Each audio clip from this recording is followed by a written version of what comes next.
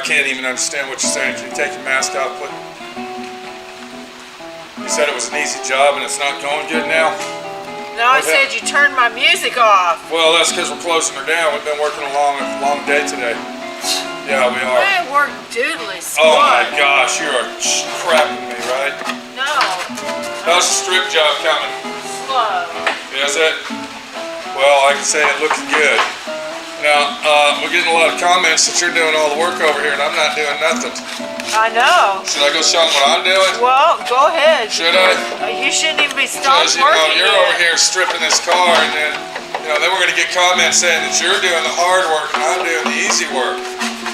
Is that right? Is that how it is? Or, I'm just asking. Hello?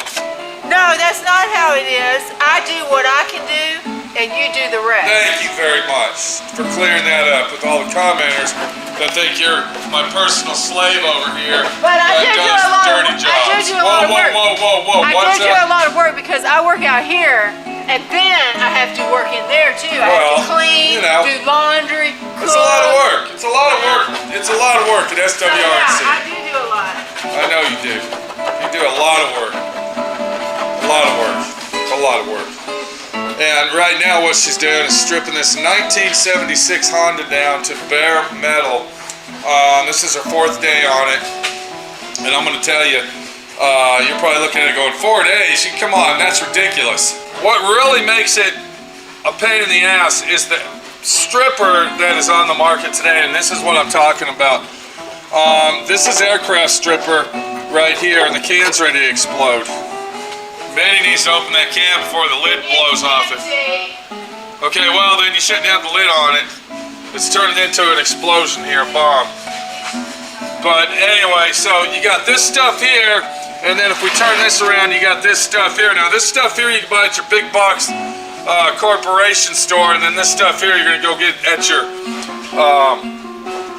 paint supply body shop store. But let me tell you something, I think both these brands right here come from the same factory. There's no difference. It's not like it used to be 25 years ago where you wipe it down with one sweep and the paint comes off. How many coats of stripper do you put on there? How many? Oh shit, a bunch. Right here on this little section. Probably 4. 4 coats of stripper. I remember back in the day, I can strip a whole Volkswagen Beetle down with 1 gallon and a half left over. That's how pathetic it is. It used to be that you couldn't even strip in a closed area. You had to have doors open and gas masks on and everything else. But nowadays you can't even smell the stuff because it's so weak that it doesn't even do the job. It's like you might be better off taking a DA sander to it with some 36 grit sandpaper. What do you think? It'd be quicker. Yeah. It'd probably be a lot more expensive, but yeah, it's pretty ridiculous. In some spots it works really good. Well, some spots it does, but I don't understand. In other spots, it won't even take it off. It's like 67 coats of stripper and you might get it off. It starts to melt it, but it doesn't get it all the way. So what the real deal is we are moving to Moab, Utah, but before my friend Pete hits the road with me, the body shop girl, and goes to Moab, Utah, we got jobs to finish in Dallas, Texas. And Mr. California Honda guy, this just happens to be one of them. I want to actually have this done and out the door before we leave to Moab, Utah. Now, Randy Honda guy has been very, very generous and said, don't worry about my car, put it on the back burner, do my car when you get to Moab. That's fine, but you know what? My friend Pete can't do that because Randy Honda guy's been in line to get this car done for over 1.5 years, possibly 2 years, I don't even know. But, we're going to come through and we're going to get this done before we go to Moab, Utah. And then, of course, we got the 1976 Vega Nomad. This is a Nomad Edition Vega that we're building here. And the next thing we got to do on this is we got to take it to the sandblasters, and that's what we're going to be doing here next week, hopefully. We got to dismantle the rest of the engine compartment, take it to the sandblasters, get all that sandblasted, underneath the car sandblasted. We got to paint the bottom of the car. All this has got to be painted the color that the owner requested. All the bodywork's already been done to it. The next thing we're going to do after that is we will go ahead and finalize the bodywork up, spot prime it, paint it, and get it down the road, Jack. Because this guy right here, he lives in, I believe, Atlanta, Georgia. So I definitely can't take this car to Moab, Utah with me due to that fact. And also, this car's been lingering around here for I don't even know how long, but a very, very long time. And then as we walk in here, we're going to look at the 1965 GTO, Pontiac GTO. And this one here is just a paint job only. This guy lives right here in Texas. And this one's got to be done before we go to Moab, Utah. Now, what I'm doing over here, I just got done replacing this little piece right here. I actually made this section right here, saved the owner a tremendous amount of money doing that.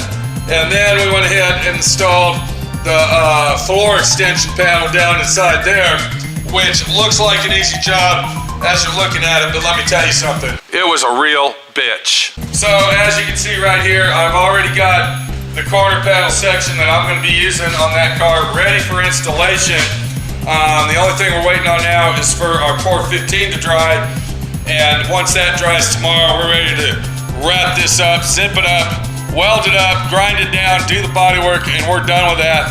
And we're going to be moving forward as far as getting this thing painted and down the road.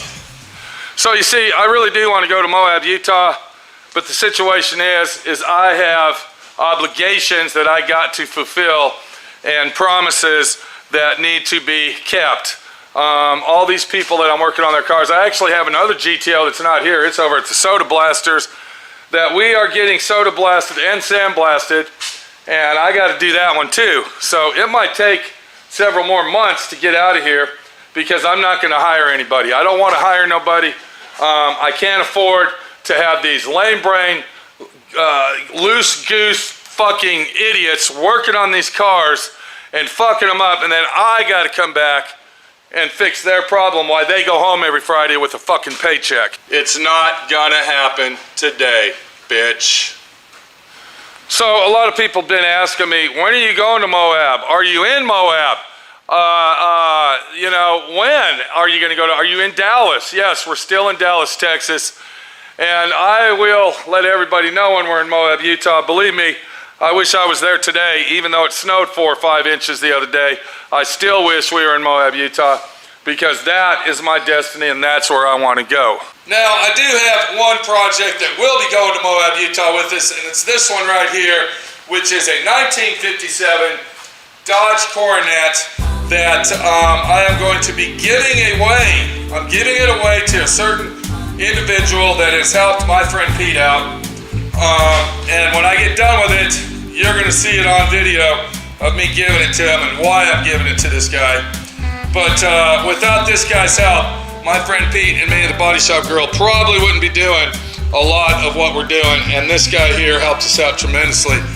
There's other people that I'm going to be thanking for helping me out, and that does not include everybody on Facebook for all the support and YouTube for all the support. These are special people that's helped me out through this venture. And this one here, this is a guy right here that has helped me out. He lives in Moab, Utah, and we're going to be giving this to him as a present to do whatever he wants to do with it. So you want to keep your eyes out for that item right there. I've actually owned this car for over 18 years.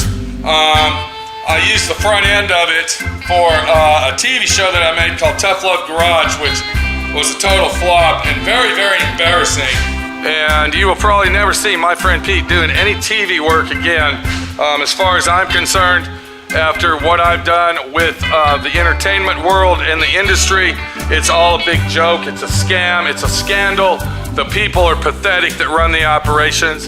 And it's a totally different world than what really goes on right here, which is my world, the real fucking world.